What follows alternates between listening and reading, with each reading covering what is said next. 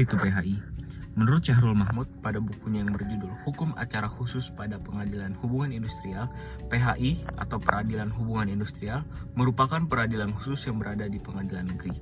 Peradilan khusus ini hanya menangani perkara khusus, yaitu perselisihan hubungan industrial yang terdiri dari perkara-perkara perselisihan hak, perselisihan kepentingan, perselisihan PHK atau pemutusan hubungan kerja, dan perselisihan antar serikat pekerja. Terima kasih. Sehingga PHI dibedakan menjadi ada 3 cara resolusi untuk konflik, yaitu yang pertama itu ada mediasi, di mana mediasi itu menaungi keseluruhan perselisihan terkait perselisihan hak kepentingan antar pekerja maupun pemberi kerja, PHK atau pemutusan hak hubungan kerja, dan perselisihan antar serikat pekerja atau serikat buruh baik di dalam satu perusahaan maupun di luar satu perusahaan, seperti dengan serikat buruh perusahaan A dengan serikat buruh perusahaan B gitu. Lalu yang kedua itu ada arbitrase, di mana arbitrase ini sendiri menaungi perselisihan kepentingan, PHK atau pemutusan hak hubungan kerja, atau perselisihan antar serikat pekerja atau serikat buruh hanya dalam satu perusahaan. Perlu digarisi ya, satu perusahaan saja.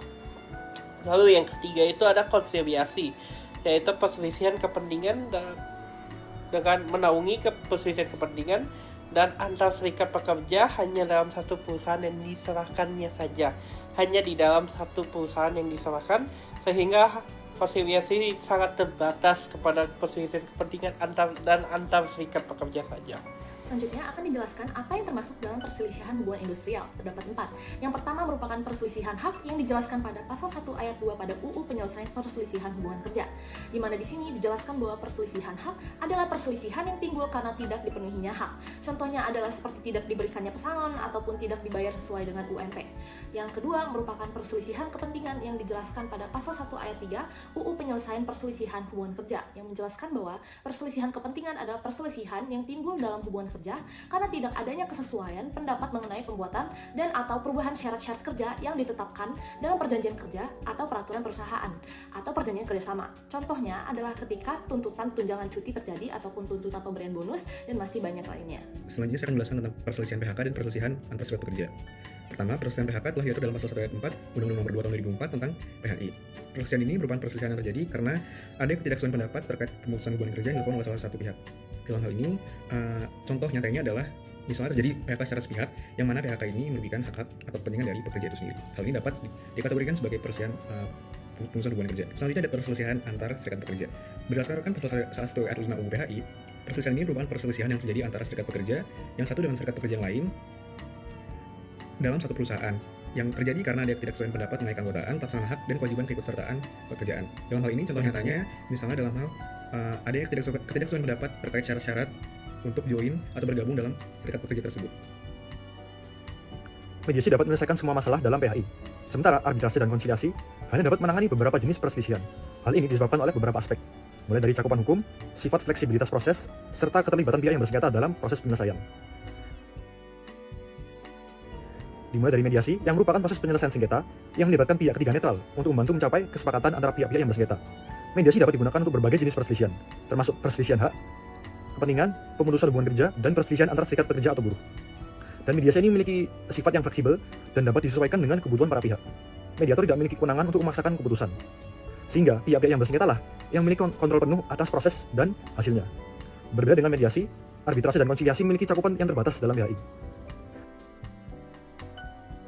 Konsiliasi melibatkan konsiliator yang berperan aktif dalam membantu pihak-pihak mencapai kesepakatan. Konsiliasi ini biasanya digunakan untuk perselisihan kepentingan dan perselisihan antara serikat pekerja atau buruh. Dan konsiliasi tidak mencakup perselisihan hak, karena perselisihan hak harus diselesaikan berdasarkan hukum yang berlaku, bukan negosiasi. Namun konsiliasi memiliki keterbatasan, yaitu memiliki proses yang lebih formal jika dibandingkan dengan penyelesaian sengketa yang lainnya, dan juga memerlukan peran konsiliator yang aktif. Maka dari ini konsiliasi tidak selalu efektif untuk segala situasi. Nah, untuk arbitrase ini melibatkan pihak ketiga yang netral untuk membuat keputusan yang final dan mengikat. Namun karena sifat yang ini, maka arbitrase sebenarnya tidak bisa dipakai untuk segala perselisihan PHI, seperti penyelesaian hak dan PHK. Karena kedua hal tersebut itu dibutuhkan untuk diselesaikan melalui pengadilan hubungan industrial. Nah, karena sifat putusan arbitrase yang mengikat, dan final ini, maka hal ini juga bisa menjadi keterbatasan bagi pihak-pihak yang memilih ini karena pihak-pihak yang memilih arbitrase harus siap menerima hasil putusan tersebut.